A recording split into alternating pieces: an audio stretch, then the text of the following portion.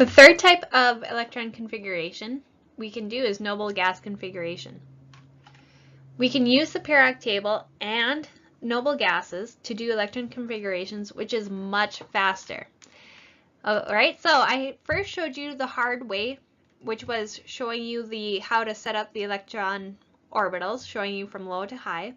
The next one was the periodic table, which turns out to be a little bit faster. But then this way, the noble gas configuration is a lot faster, which is really nice. Okay, so for example, let's look at sodium. The first thing we need to do is locate sodium on the periodic table. Then we find the noble gas before it. So sodium is number 11. So it has 11 electrons. What is the noble gas right before sodium? So you have to look at 11 and below. The noble gas before it is going to be neon. Neon has a total of 10 electrons, so it's the one before it. You can't go forward. You can't say neon, or you cannot say argon, because argon is after sodium. Okay, then we write the noble gas in brackets. So it looks something like this, Ne. The fourth thing is determine the remainder of the electron configuration, known as the noble gas configuration. We do this based off of the periodic table.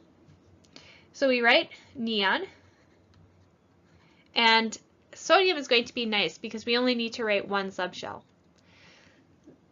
Sodium is in row 3, so it's going to have the third shell, and because it's in that first group, that's going to be an S1.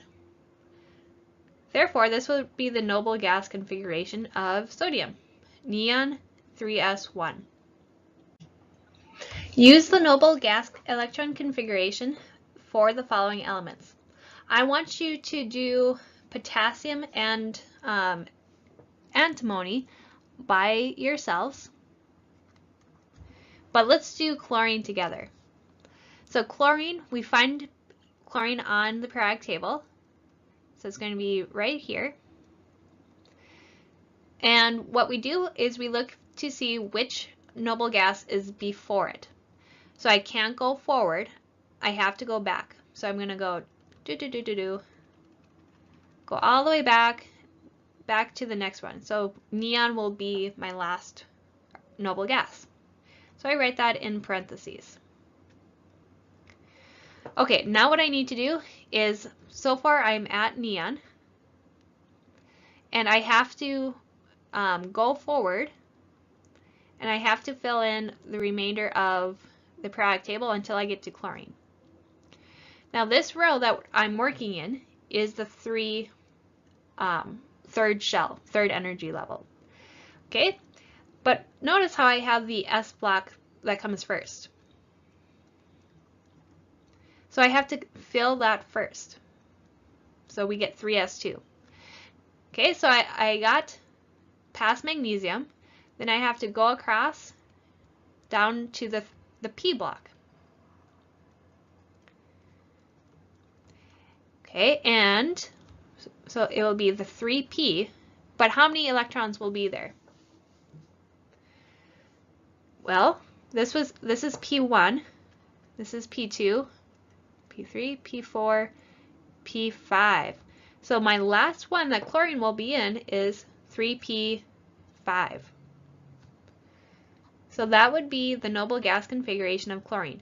Notice how you don't have to write starting at the beginning. So you don't have to write 1s2, 2s2, and so forth. You just use the noble gas, because the noble gas sums up the remainder of that electron configuration. This is a really nice way of doing electron configurations.